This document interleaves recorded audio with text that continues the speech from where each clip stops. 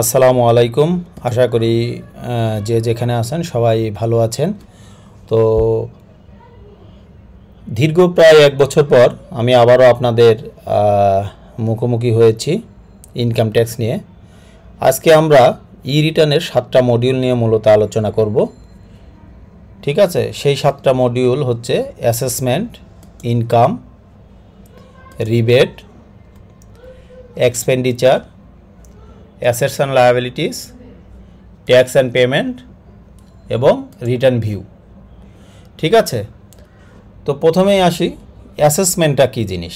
ঠিক আছে, অ্যাসেসমেন্ট হচ্ছে ধরেন আপনি ইনকাম ট্যাক্সের রিটার্ন সাবমিট করবেন। ঠিক আছে, ইনকাম ট্যাক্সের যে রিটার্ন সাবমিট করবেন, এই রিটার্নের মধ্যে আপনি কত সালের রিটার্ন সাবমিট করতেছেন, ইনকাম ইয়ার কত থেকে কত, আপনার রেসিডেন্সিয়াল স্ট্যাটাস কী, ঠিক আছে, আপনার কোনো ট্যাক্স এক্সাম্পটেড ইনকাম আছে কি না, ঠিক আছে, এছাড়াও আপনার হেডস অফ ইনকাম আছে বিভিন্ন। ধরেন আপনি এই বছরে যে রিটার্ন দিবেন, এই বছরে আপনার ট্যাক্সেবল ইনকাম আছে কি না, ঠিক আছে, তারপর আপনার হচ্ছে যে চাকরি থেকে কোনো আয় আছে কি না, বাড়ি ভাড়া থেকে কোনো আয় আছে কি না, কৃষিখাত থেকে কোনো আয় আছে কি না, কোনো ব্যবসা করেন সেখান থেকে আয় আছে কি না, আবার ক্যাপিটাল গেন। আমি ক্যাপিটাল গেনটা আপনাদেরকে একটু সংক্ষেপে বলি। ধরেন আপনি কোনো প্রপার্টি সেল করেছেন বা শেয়ার ট্রান্সফার করেছেন। প্রপার্টি সেল দিয়ে বলি তাইলে একটু সুবিধা হবে। ধরেন আপনার একটা প্রপার্টি কিনেছেন আপনি 10 লাখ টাকা দিয়ে, সেই টাকা 10 লাখ টাকা দিয়ে কিনেছিলেন, এখন সেটা বিক্রি করলেন 15 লাখ টাকা। এখানে যে গেনটা হচ্ছে এটাকে আপনার বলতেছে যে ক্যাপিটাল গেন। ঠিক আছে, তারপর আপনার কি বলে ফাইন্যান্সিয়াল অ্যাসেট থেকে কোনো আয় আছে কিনা। ফাইন্যান্সিয়াল অ্যাসেট বলতে এখানে বোঝানো হচ্ছে ধরেন আপনার সঞ্চয়পত্র, ট্রেজারি বন্ড, ঠিক আছে, তারপরে ব্যাংকে কোনো অ্যাকাউন্ট রাখা আছে সেই অ্যাকাউন্ট থেকে বা কোনো ডিপিএস থেকে, ওকে, এরকম বিষয়গুলো যে এই ধরনের কোনো ইনকাম আপনার আছে কি না। ঠিক আছে, থাকলে সেটা দিবেন। ওকে, তো আরও বিভিন্ন স্টেপ আছে। ঠিক আছে, হেডস অফ ইনকামের যে আপনার কি বলে কোনো ফার্মের পার্টনার কিনা, এওপির মেম্বার কিনা, তারপর হচ্ছে দেশের বাইরে থেকে কোনো ইনকাম আছে কিনা। ঠিক আছে, আপনার মিসেসের বা আপনার যে শিশু বলতে এখানে চাইল্ড ধরেন স্কুলে পড়তে পারে, হ্যাঁ, মাইনর চাইল্ড যার বয়স 18 বিলো 18, ঠিক আছে, কোনো স্কুল ব্যাংকিং অ্যাকাউন্ট থাকতে পারে, এই ধরনের থেকে আয় আছে কিনা। ঠিক আছে, ওকে, ধরেন সাপোজ এটা আমি দিলাম। ঠিক আছে, তো এছাড়াও আপনি যে ইনকামটা করবেন, এই আপনার যে ইনকামের মেন সোর্স সেটা কোথা থেকে, ঢাকা সাউথ সিটি কর্পোরেশন থেকে আপনি ইনকাম করেছেন নাকি চট্টগ্রাম সিটি কর্পোরেশনের নর্থ সিটি আছে, বিভিন্ন ক্রাইটেরিয়া আছে, এগুলো আপনারা বোঝেন। তো যেখান থেকে আয় করেছেন সেটা আপনারা দিবেন। ঠিক আছে, তো দেওয়ার পরে দেখেন, তো সাপোজ এখানে ঠিক বুঝলাম না, ওদের হয়তো সিস্টেমের সমস্যা। Suppose Dhaka city south city corporation থেকে আছি, ইনকাম করেছেন আপনি, সেটা দেখালেন। এছাড়া আপনার আপনি কি বলে ডিজেবিলিটি পারসন কিনা, আপনি ডিজেবল পারসন কিনা, ডিজেবল পারসন হলে এখানে সেই অপশানটা আপনার পূরণ করতে হবে। তারপর আপনার যুদ্ধাহত মুক্তিযোদ্ধা কিনা, ঠিক আছে, বা আপনি কি বলে কোনো প্রতিবন্ধী বাচ্চার বাবা কিনা, সেগুলো এখানে দেবেন আর কি। ঠিক আছে, এটা অ্যাডিশনাল অ্যাসেসমেন্টেরই এটা অংশ। তাহলে হচ্ছে যে আপনার এখানে যদি আপনারা ঠিকমতো না পূরণ করেন, পরবর্তীতে যে আপনারা ট্যাক্সেবল ইনকামটা রিবেটটা নেবেন সেটা কিন্তু আপনারা পাবেন না। কারণ হচ্ছে যে এটা এক একজনের জন্য এক একটা স্ল্যাব নির্ধারণ করা আছে। সেটা যখন আমরা ফাইল করব তখন পরবর্তীতে আপনাদেরকে কোনো একটা ভিডিওর মাধ্যমে দেখাবো। ঠিক আছে, তারপর ট্যাক্স রিবেট কি নেবেন কি না, অবশ্যই ট্যাক্স রিবেট নেবেন। ট্যাক্স রিবেট না নিলে আপনাকে ট্যাক্স বেশি দিতে হবে। এই ট্যাক্স রিবেটটা কেন হয় সেটা আমরা যখন রিবেটেবল ইনভেস্টমেন্ট দেখাবো, আলোচনা করব, তখন আমরা বলবো। ঠিক আছে, তো তাছাড়া আইটি 10B রিকোয়ারমেন্ট আছে। আপনারা জানেন যে ব্যক্তির এই রিটার্নটা আপনি করতেছেন তার এখানে গ্রস ওয়েলথ যদি 50-এর উপরে থাকে সেখানে আপনি ইয়েস দিয়ে যেতে হবে। তারপর আপনার 4 চাকার কোনো যানবাহন আছে কিনা, থাকলে ইয়েস দিতে হবে। আপনার বিদেশি কোনো প্রপার্টি আছে কিনা, ঠিক আছে, আপনি কোনো কোম্পানির শেয়ার হোল্ডার কিনা, বা আপনার নিজস্ব কোনো সিটি কর্পোরেশনের প্রপার্টি আছে কি না, ঠিক আছে, এই জিনিসগুলো এখানে পূরণ করতে হবে। ঠিক আছে, এখানে দেখেন অপশান দিলে পরবর্তীতে, যেমন সাপোজ দিলাম আমি হচ্ছে যে এই যার ফাইলটা দেখাচ্ছি বা করতেছি, ধরেন সাপোজ ওনার ধরেন সিটি কর্পোরেশনে এই একটা বাসা আছে, ঠিক আছে, সিটি কর্পোরেশনে অ্যাসেট আছে সাপোজ দিলাম, দিলে এখানে ইয়েস দেওয়ার সাথে সাথে এটা স্কোয়ার ফিটটা দিতে হবে। মূলত এই পর্যন্তই হলো অ্যাসেসমেন্টের অংশ। ঠিক আছে, এখন আমরা যাই ইনকামে। হ্যাঁ, ইনকামে কি কি আছে? ইনকামে বিভিন্ন পার্ট আছে। ধরেন ইনকাম ফ্রম এমপ্লয়মেন্ট, আপনি যদি এমপ্লয়মেন্ট থেকে করেন, এখানে অনেকগুলো 4টা ক্যাটাগরি আছে। ঠিক আছে, সাপোজ আপনি 4টার ভিতর ধরেন যে গভর্নমেন্ট পে স্কেলে আছেন, payment not through iBAS plus plus. ঠিক আছে, এখানে আপনার অফিসের নাম লিখতে বলছে, নেম অফ দ্য এমপ্লয়ার। এখানে আপনি যে প্রতিষ্ঠানে চাকরি করেন সেটা লিখবেন, আপনার ওই প্রতিষ্ঠানের পদবি আছে সেটা এখানে লিখবেন।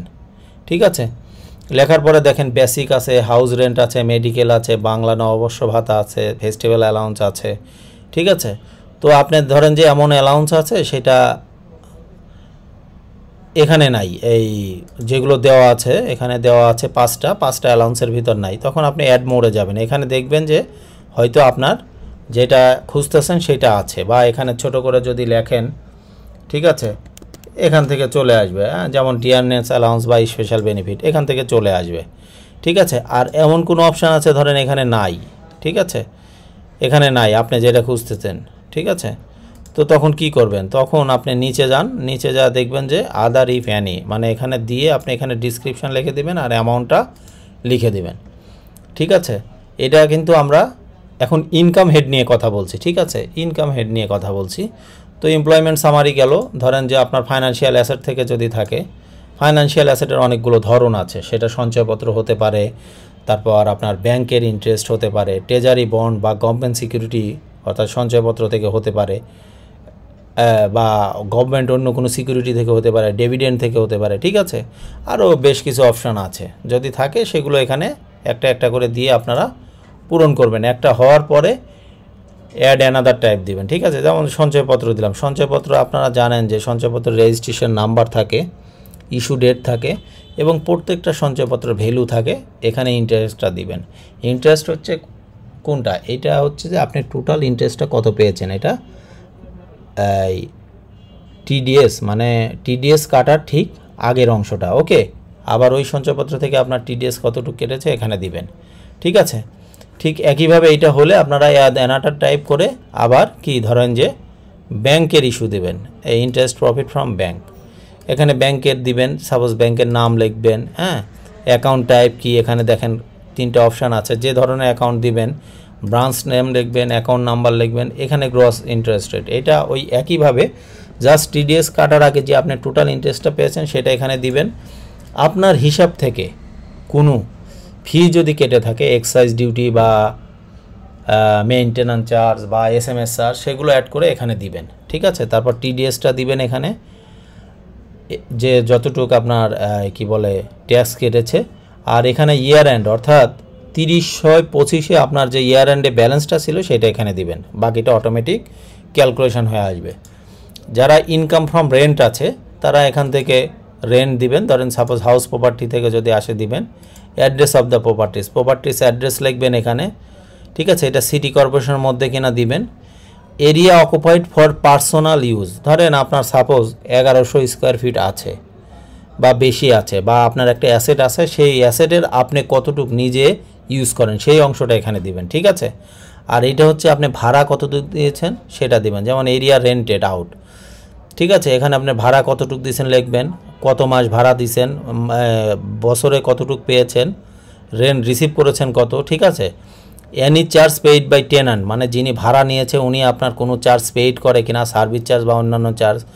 এছাড়া আপনি অন্য কোনো টাকা রিসিভ করেছেন কিনা। এনি আদার রিসিভ বলতে ধরেন যে আপনি যদি অ্যাডভান্স নিয়ে থাকেন, অনেকে হয়তো 2 মাসের অ্যাডভান্স নিয়ে থাকে, সেই টাকাটা এখানে দিতে হবে। ঠিক আছে, তো এখানে দিলে ডাইন সাইডে একটা আছে দেখেন, service charge paid by tenant, অর্থাৎ আপনার বিল্ডিংয়ে যে সার্ভিস চার্জ হয় সেটা কি ভাড়াটিয়া দেয় না আপনি দেন। যদি ভাড়াটিয়া দেয় ইয়েস দিবেন, আর না দিলে নো দিবেন। ঠিক আছে, আর ওই জায়গাটার আপনার যতটুকু সম্পদ দেখেছেন আপনি একা মালিক না আরও মালিক আছে।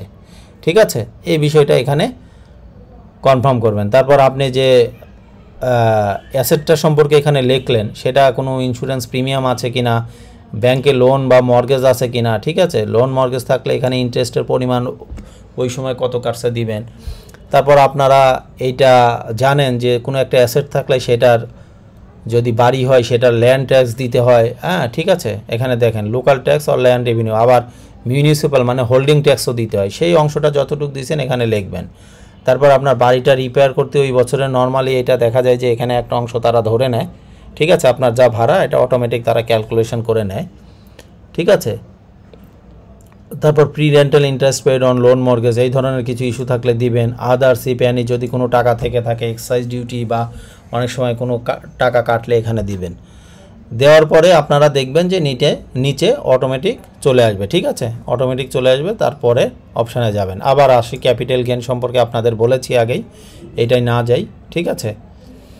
তারপর ফার্ম ইটিসি যেটা বলেছিলাম যে অন্যান্য ইনকাম বা থাকে যদি, এখানে আপনারা অ্যাড ক্যাটাগরি আরও অনেক পাবেন আর কি। অ্যাড ক্যাটাগরি দিয়ে নেট ইনকাম ফর স্পাউস, ঠিক আছে, মাইনর, তারপর নেম লিখবেন, ডেট অফ বার্থ দিবেন, রিলেশনশিপ দিবেন, সোর্স অফ ইনকামটা দিবেন এখানে, ঠিক আছে। ওকে, তো দুটো মডিউল ইতিমধ্যে আলোচনা করলাম, একটা হলো অ্যাসেসমেন্ট মডিউল আর একটা হচ্ছে ইনকাম মডিউল। এখন রিবেটে যাই। রিবেট কি? প্রথমে আসি রিবেট কি। রিবেট হচ্ছে আমরা যে ইনকাম করি, ঠিক আছে, এই ইনকামে আমরা বিভিন্ন ধরনের ইনভেস্ট করি যেগুলোকে রিবেটেবল ইনভেস্টের মধ্যে পড়ে, সেটা হলো রিবেটের পার্ট, ঠিক আছে। যেমন ধরেন কেউ যদি ইন্স্যুরেন্স করে, ইন্স্যুরেন্সে রিবেট পাবে, কারো ডিপিএস থাকলে ম্যাক্সিমাম 1,20,000 পর্যন্ত সে রিবেট পাবে, ঠিক আছে। লাইফ ইন্স্যুরেন্স থাকলে ধরেন করলেন, এখানে পলিসি নাম্বার, ইন্স্যুরেন্স কোম্পানি আপনার ইন্স্যুরেন্স করেছেন, পলিসি ভ্যালু কত, সাপোজ 10 লাখ হলে 10 লাখ দিবেন, প্রিমিয়াম দেন আপনি সাপোজ 69,600 টাকা মাসে এই বছরে, সেটা দিবেন। অ্যালাউবল অ্যামাউন্ট অটোমেটিক ক্যালকুলেশন করবে, ঠিক আছে। ঠিক একইভাবে ডিপিএস আছে, হ্যাঁ, ডিপিএস থাকলে ডিপিএসটা কোন ব্যাংকে আছে, অ্যাকাউন্ট নাম্বার কত, ডিপোজিট অ্যামাউন্ট কত, ঠিক আছে। ধরেন আপনার 4 লাখ টাকার ডিপোজিট আছে, কিন্তু অ্যালাউবল অ্যামাউন্ট আসবে এখানে 1,20,000, কারণ হচ্ছে যে এটা রুলসে আছে, আইনে আছে যে আপনি ডিপিএস যতই করেন আপনি 1,20,000 পর্যন্ত পাবেন, ঠিক আছে। আবার যদি আপনার সঞ্চয়পত্র থাকে একইভাবে name, registration number, issue date, investment amount, allowable amount দিবেন, ঠিক আছে। মজার ব্যাপার হচ্ছে যে আপনাকে আগেই বলেছি, যদি ইনকামের এখানে আপনি যদি সঞ্চয়পত্রের এই হেডে ইনকাম ফ্রম ফাইন্যান্সিয়াল অ্যাসেট, এখানে যদি সঞ্চয়পত্রের অংশটা দিয়ে আসতেন, এখানে দিয়ে দেন, তাহলে রিবেটের এই ঘরে অটোমেটিক আপনি এখানে যদি যাই, অটোমেটিক ইম্পোর্ট ফ্রম ইনকাম, এখানে ধরেন 1/7/24 থেকে 30/6/25 মধ্যে যদি আপনার কোনো সঞ্চয়পত্র ইনভেস্ট করা থাকে, সেই অংশটা এখানে অটোমেটিক চলে আসবে ইম্পোর্ট ফ্রম ইনকাম থেকে দিলে, ঠিক আছে। তারপর নিচে দেখেন unit certificate, mutual fund, joint investment যদি থাকে দেবেন, ঠিক আছে। লিস্টেড স্টক আর শেয়ার থাকলে এখানে দিবেন। জিপিএফ মোটামুটি যারা চাকরি করে, সরকারি চাকরি হলে সবারই থাকে, একটা অ্যাকাউন্ট নাম্বার থাকে, অ্যাকাউন্ট নাম্বার দিবেন। এবং ওই অর্থ বছরে অর্থাৎ 1/7/24 থেকে 30/6/25 আপনার স্যালারি থেকে প্রভিডেন্ট ফান্ডে যে পরিমাণ টাকা জমা হয়েছে জিপিএফে, সেই অংশটা দিবেন, হ্যাঁ। আর যদি রিকগনাইজ প্রভিডেন্ট ফান্ড থাকে আরপিএফ, সেটা দিবেন, ঠিক আছে। তারপর এখানে যদি এই ফান্ড যদি থাকে দেবেন এটা, ওকে। তারপর বেনিফিট ফান্ড থাকলে সেটা দেবেন। জাকাত ফান্ড, অর্থাৎ জাকাত আপনি নর্মাল দিলেই হবে না, জাকাত হচ্ছে যে আপনার আইনের মধ্যে যে যে জায়গায় জাকাত দিলে, হ্যাঁ, রিসিপ্ট থাকা সম্পর্কে আপনি রিবেট পাবেন, সেই অংশগুলো এখানে দিতে পারবেন। তো এরকম আরও কিছু অপশান আছে। তো এটাই হলো রিবেট। এখানে আপনারা ইনপুট দেওয়ার পরে এখান থেকে আপনার ক্যালকুলেশন হয়ে আপনার টোটাল রিবেটেবল ইনভেস্টমেন্ট কত হবে সেটা আপনারা জানতে পারবেন। সেটা কিভাবে জানবেন? কারণ নিয়ম হচ্ছে আপনার রিবেটেবল ইনভেস্টমেন্টের 15%, ট্যাক্সেবল ইনকামের 3% এবং আপনার 10 লাখ, সম্ভবত 10 লাখ, এই তিনটা ফিগারের মধ্যে যেটা কম সেটা আপনি রিবেট পাবেন। এখন যাই এক্সপেন্ডিচার, ঠিক আছে। এক্সপেন্ডিচারটা কি আসলে? এটা হচ্ছে যে আপনার পার্থিক জীবনে বা প্রতি বছর আপনি একটা টাকা খরচ করেন সেটা, ঠিক আছে। এক্সপেন্স ফুড ক্লথিং, অর্থাৎ আপনি এটা দেখলেই বুঝবেন যে আপনি ফুড, হ্যাঁ, তারপর ক্লথ বা অন্যান্য এসেনশিয়ালে কত খরচ করছেন এখানে লিখবেন। কোনো কমেন্ট চাইলে এখানে লিখে দিতে পারেন, ঠিক আছে। তারপর বাড়ি ভাড়া, অ্যাকোমোডেশনে কী খরচ হয়েছে দিবেন, কমেন্ট এখানে লিখতে পারেন আপনারা। আবার ধরেন আপনার যদি গাড়ি থাকে, ঠিক আছে। যদি গাড়ি থাকে এখানে ড্রাইভারের বেতন, তেল বা অন্যান্য খরচ কী হয়েছে সেটা দিতে পারেন, ঠিক আছে। গাড়ি থাকার পরেও আপনার অতিরিক্ত খরচ হতে পারে, সেটা আপনার আদার ট্রান্সপোর্টেশনে দিবেন, অথবা এমন হতে পারে একজনের গাড়ি নাই, যার গাড়ি নেই তিনি আদার ট্রান্সপোর্টেশনে দিবেন, ঠিক আছে। হাউস হোল্ড অ্যান্ড ইউটিলিটি, এটা হচ্ছে যে আমরা বাসা ভাড়া নিয়ে থাকি আর বাসায় থাকি, আমাদের electricity, gas, water, sewerage, garbage বিভিন্ন ভ্যালু থাকে, ফোন, ইন্টারনেট, টিভি, ঠিক আছে। হোম সাপোর্ট স্টাফ অর্থাৎ আপনার যিনি বাসায় বাড়িতে ধরেন যে আপনার হেল্পিং হ্যান্ড থাকে, এই ধরনের থাকলে সেই অংশটা এখানে দিবেন। হ্যাঁ, আপনারা কোনো কিছু চাইলে এখানে কমেন্ট লেখা যায়। এডুকেশন এক্সপেন্স আসে, এডুকেশন হচ্ছে ধরেন যে আপনার চাইল্ড বা আপনার নিজের লেখাপড়া যদিও যে খরচ থাকে সেই অংশটা, ঠিক আছে। সবসময় আপনারা কিন্তু এটা আপনাদের অ্যাকচুয়াল যা তা না পারলেও কাছাকাছি রাখবেন, ঠিক আছে। এমন কিছু লিখবেন না মানে যেটা অপ্রত্যাশিত, কারণ একটা মানুষের জীবনযাত্রার মান এবং ফিগার এখানে দিলেই বোঝা যায়, এটা কিন্তু গুরুত্বপূর্ণ। না হলে এনবিআর থেকে দেখা গেল আপনাদের একটা তলব আসতে পারে বা চিঠি আসতে পারে, ঠিক আছে। তো ফেস্টিভ্যাল আছে ধরেন বিভিন্ন অকেশানে, ঈদ বা পূজা বা বিভিন্ন অকেশানে থাকে, তারপর আপনার দেশে বিদেশে কোনো ট্যুর আছে কিনা, হ্যাঁ, তো এইরকম আরও আছে, এগুলো দিবেন। অন্যান্য এক্সপেন্স থাকলে দিবেন, ঠিক আছে। এখন আসি আমরা নিচের পার্টটায়, দেখেন ট্যাক্স। ট্যাক্সটা কি? ধরেন আপনার গাড়ি যদি থাকে, গাড়ির অ্যাডভান্স ট্যাক্স দিয়েছেন বা আপনার বেতন থেকে প্রতি মাসে মাসে টাকা কাটছে, সেইগুলো যোগ করে এখানে বসাবেন, ঠিক আছে। এছাড়াও আপনার অন্যান্য ট্যাক্স আরও থাকতে পারে, হোল্ডিং ট্যাক্স দিছেন, আপনার জমির ট্যাক্স দিছেন, সেগুলো এখানে অ্যাড করে দিবেন, এরকম যদি আরও থাকে। Interest payment of personal loan, এটা হচ্ছে যে আমরা যদি ব্যাংক থেকে কোনো লোন নিয়ে থাকি, ঠিক আছে, সেটা যে ধরনের লোনই হোক, হাউস বিল্ডিং বা আরও অন্যান্য যে লোন থাকে, সেই লোনের ইন্টারেস্ট পারপোজ আপনি প্রতি বছর যে টাকাটা দিয়েছেন সেটা দিবেন। এনভায়রনমেন্টাল সারচার্জ যদি আপনার থাকে দেবেন, ঠিক আছে। তো টোটাল অ্যামাউন্ট এখানে অটোমেটিক চলে আসবে, ওকে, চলে আসবে। আমরা মোটামুটি আমাদের 4টা মডিউল শেষ করলাম, অ্যাসেসমেন্ট, ইনকাম, রিবেট, এক্সপেন্ডিচার। এখন অ্যাসেটস অ্যান্ড লায়াবিলিটিস আসি, এটা সবচেয়ে গুরুত্বপূর্ণ। এটা আসলে এখানে খালি বললে শেষ হবে না আর কি, ঠিক আছে, কারণ অ্যাসেটস এবং লায়াবিলিটি অলওয়েজ ইকুয়াল হতে হয়, ঠিক আছে, এটা আপনারা জানেন। তো যাই হোক, এখানে অনেকগুলো আছে, বিজনেস ক্যাপিটাল, নন এগ্রিকালচার প্রপার্টি, এগ্রিকালচার প্রপার্টি, হ্যাঁ, এগুলো অ্যাসেট। আপনারা এখানে যখন যাবেন দেখলেই বোঝা যায়, আমি পরবর্তীতে এটা আরও ক্লিয়ার দেখাবো, ঠিক আছে। শুধু অ্যাসেটসগুলো কী জিনিস একটু বলি আর কি। অ্যাসেটস হচ্ছে আপনার বিভিন্ন ধরনের থাকতে পারে, আপনার ধরেন ব্যবসা করেছেন, সেখান থেকে কোনো ক্যাপিটাল গেইন করেছেন, সেরকম থাকতে পারে। আবার আপনার নন এগ্রিকালচার প্রপার্টি, যে এরকম ধরেন যে আপনি জমি জমা কিনছেন, ঠিক আছে, বা 2-4টা ফ্ল্যাট কিনেছেন বা বাড়ি করেছেন, ঠিক আছে, যেগুলো নন এগ্রিকালচার প্রপার্টি, সেইটার ডিটেলস এখানে দিতে হবে, ওকে। এখানে দেখেন আসলেই দিতে হবে। এখানে দুটো মোড আছে, অন আছে, দেখেন, একটা নন এগ্রিকালচার প্রপার্টি, একটা advance made for non agriculture property. ধরেন প্রথমটা আপনারা সবাই বুঝছেন, দ্বিতীয়টায় আসি, advance made for non agriculture property. ধরেন আপনি একটা ফ্ল্যাট কিনেছেন 75 দিয়ে, চুক্তি হয়েছে কোনো কোম্পানির সাথে, সেই কোম্পানিকে আপনি যদি আগে ধরেন 10 লাখ টাকা দিয়ে থাকেন, সেটা হচ্ছে এই অপশানে দিবেন, advance made for non agri, কারণ আপনি প্রপার্টিটা এখনও বুঝে পান নাই, কিন্তু ইতিমধ্যে টাকাটা দিয়েছেন, ঠিক আছে। এগ্রিকালচার প্রপার্টি আছে, ফাইন্যান্সিয়াল অ্যাসেট, এটা জানেন আপনারা, বলেছি, শেয়ার, ডিবেঞ্চার, সঞ্চয়পত্র, fixed deposit, DPS, loan given to other, loan given মানে আপনি কাউকে ব্যক্তিগতভাবে বা আলাদাভাবে দিয়েছেন কিনা। তারপর প্রভিডেন্ট ফান্ড, অর্থাৎ প্রভিডেন্ট ফান্ডের 30/25 যে ব্যালেন্স শিটটা আছে, সেই ফিগারটা এখানে যাবে। আর অন্যান্য ফাইন্যান্সিয়াল অ্যাসেট যদি আপনার থাকে, সেটা আপনি এখানে দিবেন আর কি, ঠিক আছে। তারপর যদি মোটর কার, বলেছি, মোটর কার যদি আপনার থাকে, আপনি মোটর কার এখানে দিয়ে মোটর কারের হিস্ট্রি দিবেন, গোল্ড, ডায়মন্ড এগুলো থাকলে দিবেন, ফার্নিচার দিবেন, ঠিক আছে। আদার অ্যাসেট সিগনিফিকেন্ট ভ্যালু যদি এরকম থাকে, যে কোনো পেইন্টিং বা কোনো আইটেম কিনেছেন আপনি, ঠিক আছে। Cash and fund outside Bangladesh, ঠিক আছে, এরকম কোনো ইস্যু থাকলে আপনি এখানে দিবেন, ওকে।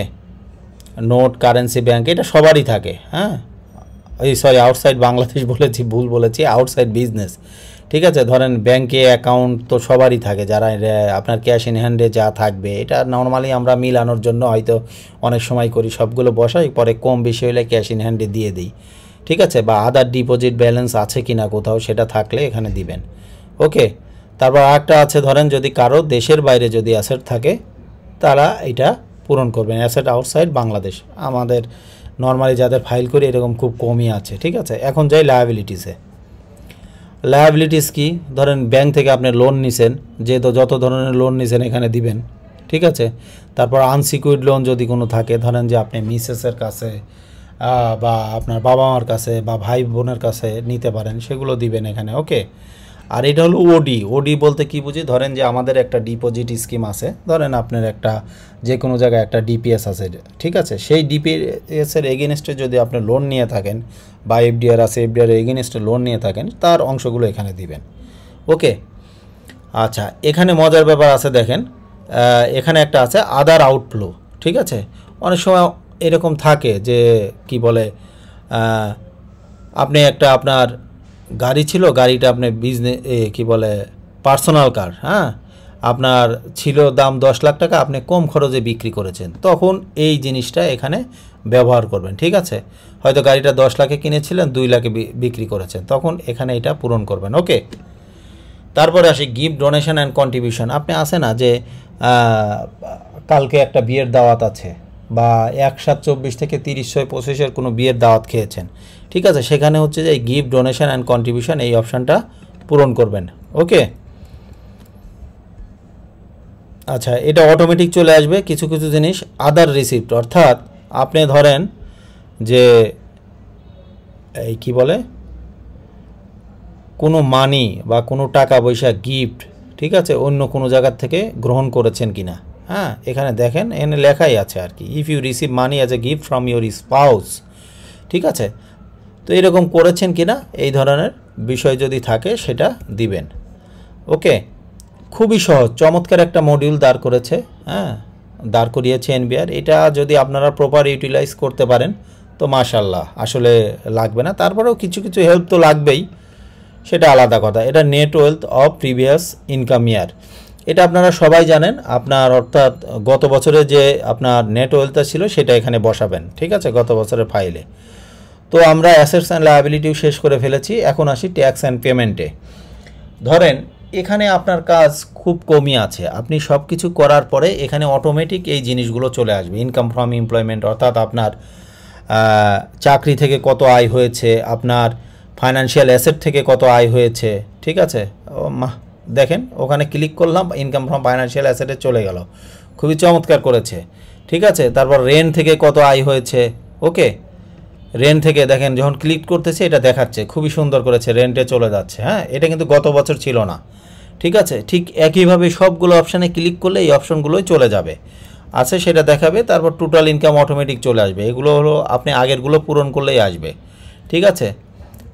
এগুলো সব যা আমরা পূরণ করব তার এগেনস্টে আসবে। এখানে শুধু একটা কাজ করতে হবে, হিসাবও মজার ব্যাপার, সব হিসেব আপনি যদি দেখেন এগুলো অটোমেটিক ক্যালকুলেশন আসবে। আপনার রেগুলার ইনকামে ট্যাক্স রিবেট কত পাইছেন, ঠিক আছে, সরি ট্যাক্স রিবেটটা কিভাবে পাইছেন, হ্যাঁ।